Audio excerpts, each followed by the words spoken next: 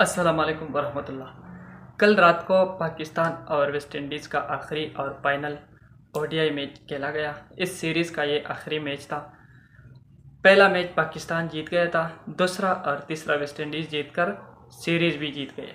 ये सिर्फ एक सीरीज़ जीतना नहीं था, ये तकरीबन वेस्ट इंडीज़ 40-45 साल बाद पाकिस्तान से एक सीरीज वनडे सीरीज जीत गए। ये एक और सियादा पाकिस्तान के माथे पे अब लग चुका है। पाकिस्तान के प्लेयर्स जो है वो अपनी गलतियों से नहीं सीख रहे। पाकिस्तान के जो टीम मैनेजमेंट है, पीसीबी का जो चेयरमैन है, ये सारे इस हार में मुलविस है। इन सब ने मिलकर पाकिस्तान का ये हाल बनाया है। चाहे वो क्रिकेटर हो, चाहे वो कप्तान हो या पीसीबी के मैनेजमेंट सिलेक्शन कोई भी हो, ये इन सब का मिलकर इनका काम है। अब यहाँ पर जो है ना पीसीबी ठीक साबित हुआ और हम बाबर आजम और रिजवान के फैंस गलत साबित हुए। मुझे लगता है कि फुरकान भट्टी भी ठीक निकले और हम गलत निकले। वो जो बाबर और रिजवान के अगेंस्ट थे ना और इनके खिलाफ बोलते थे तो वो ठीक बोलते थे। आज तक हमने बाबर और रिजवान को इतना सपोर्ट किया, इतना खुद हमें गाली पड़ी, लोगों ने हमें बुरा भला कहा, लेकिन हम फिर भी बाबर रिजवान को सपोर्ट करते रहे। लेकिन उन्होंने हमारे खातिर नहीं की, बाबर रिजवान ने अपने फैंस की खातिर नहीं की। वो जिस तरह खेलते थे उसी तरह खेलते आ रहे हैं और अपनी टीम को यही लोग हरा रहे हैं। आज की मैच में आप देखें, साइम अयूब 0 पे out, Abdullah Shafique duck out, Mohammad Rizwan duck out, बाद में भी 2 क्रिकेटर डक आउट होते हैं। मोहम्मद रिजवान से आप ये एक्सपेक्ट नहीं कर सकते कि वो 3 मैचों की सीरीज़ में एक ही 50 करे, वो भी 70 के स्ट्राइक रेट से। बाबर आजम को भी हम इसलिए सपोर्ट नहीं करते कि वो 10-15 रन 40 रन बनाकर आउट हो जाए। वो इस टाइप का प्लेयर नहीं था और 3 नंबर पे खेलने वाला प्लेयर शाय होप जैसा होता है, विराट कोहली, शुभमन गिल, स्टीव स्मिथ, जोई रूट जैसा होता है, बाबर आजम जैसा नहीं।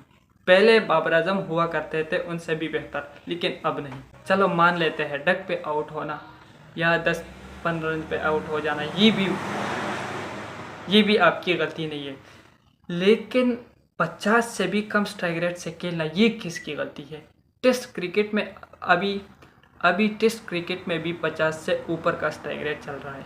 मैं मानता हूँ सलमान अली आगा ने इस सीरीज़ में कुछ नहीं किया, अब्दुल्ला शफीक बुरी तरह नाकाम, वो जो किताबी प्लेयर है वो कब अपना किताब खोलेगा, साइम अयूब भी पूरी तरह इस सीरीज़ में नाकाम। लेकिन बाबर और रिजवान जो है ना, इनकी सरों पे जो है ड्रॉप होने की चरी लटक रही है। इनको ऐसा नहीं खेलना चाहिए, इनको सबको मुतासिर करना चाहिए कि हम ड्रॉप करने वाले प्लेयर नहीं थे, लेकिन उन्होंने ऐसा कारनामा अंजाम दिया ना इस सीरीज़ में कि T20 तो छोड़े, अभी अगर पाकिस्तान को नए प्लेयर सिर्फ मिल गए तो ये वनडे में भी खेलने के लायक नहीं। और नसीम शाह बड़े बड़े बाल रखकर इस इमरान खान का स्टाइल मारने से इमरान खान कोई नहीं बनता। इस मैच में भी सबसे बुरी इकानमी 7 से ऊपर नसीम शाह की थी। हसन अली कमबैक करके वो आता है, वो भी इनसे भी पूरी तरह नाकाम। वसीम जूनियर बेहतरीन प्लेयर था, उसको आपने ड्रॉप कर दिया, टीम से निकाल दिया बिना वजह। वर्ल्ड कप में खिलाते हो, 2021 वर्ल्ड कप में उसको लिया, 2022 में उसको खिलाया, 2023-24 वर्ल्ड कप में उसको चांस देते हैं। इनको पता है कि वो खेलने के लायक है और इनसे बेहतर है, लेकिन बाकी उसको किसी सीरीज़ में मौका नहीं दिया जाता। अभी ये टीम जो है इसको ठीक करना बहुत मुश्किल है। कप्तान आप चाहे अब किसी और को लगा ले, कप्तान भी अभी दूसरा लेकर आए, लेकिन कोई भी कप्तान इस टीम को ठीक नहीं कर सकते। इस टीम के अंदर बहुत सारी गलतियां हैं, 1-2 नहीं जिसे ठीक किया जाए। और अब इसी महीने के लास्ट में अफ़गानिस्तान और यूएई से खेलना है इन्होंने, तो मैं सोचता हूँ कि वह इन्होंने क्या क्या करना है। मेरे ख्याल में यूएई से भी इन्होंने हारना है, अफ़गानिस्तान से तो हार तैयार है। मेरे जहन में एक सवाल है बाबर आजम और मोहम्मद रिजवान से कि क्या आपने कसम खा रखी है कि हमने ठीक नहीं होना, हमने इसी स्ट्राइक रेट के साथ खेलना है और हम डर डर कर इसी तरह खेलेंगे? अगर आपने ऐसा ही खेलना है तो फिर आपका जगह टीम में नहीं है। टीम वालों को, टीम मैनेजमेंट को भी चाहिए कि दूर फेंके इनको। हमने आपको इसलिए सपोर्ट नहीं किया कि आप आकर इस तरह जो है मजाक बनाए टीम का और नए बच्चों के साथ बच्चे बन जाए। T20 में जो है आप बांग्लादेश से हार जाते हैं, वनडे में वेस्ट इंडीज़ से आप इस तरह बुरी तरह नाकाम हो जाते हैं, 92 रन पे ऑल आउट।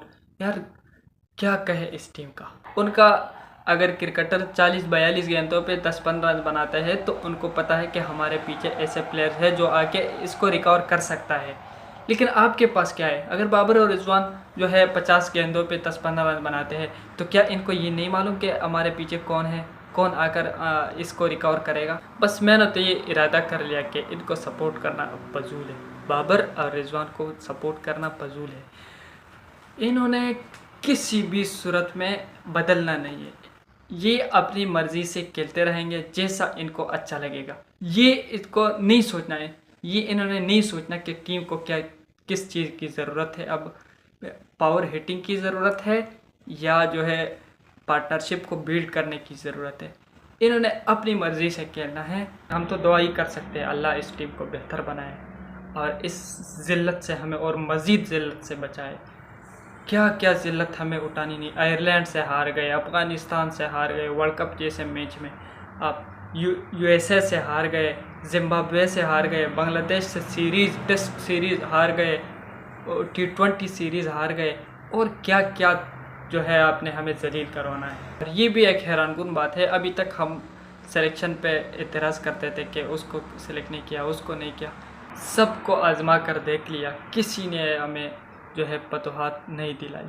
अभी ये नया लड़का सिर्फ एक हसन नवाज़ है जो बेहतर खेलता है, बाकी इसके अलावा जो है मोहम्मद हारिस को भी देख लिया, साइम अयूब की फॉर्म वापस आ गई फिर भी उससे कुछ हासिल न किया, फ़खर जमान को भी खिला के कुछ हासिल न किया, अब्दुल्ला शफीक इमामुल हक को निकाल कर भी हम कुछ न कर पाए, बाबर आजम और रिजवान को वापस ला कर भी कुछ न कर पाए। कामरान गुलाम का लोग कहते थे कि डोमेस्टिक क्रिकेट का बहुत अच्छा परफॉर्मर है, उसको ला कर भी वो भी कुछ न कर पाए।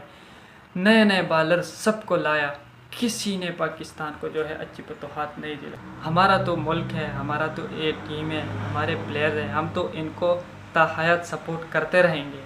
गुस्से में आकर हम कभी कभी कहते हैं ये ऐसा किया वैसा किया, लेकिन फिर भी हमने कहा जाना है और इन्होंने कहा जाना है, हमने सपोर्ट करना है, लेकिन इनके अंदर एहसास नहीं है।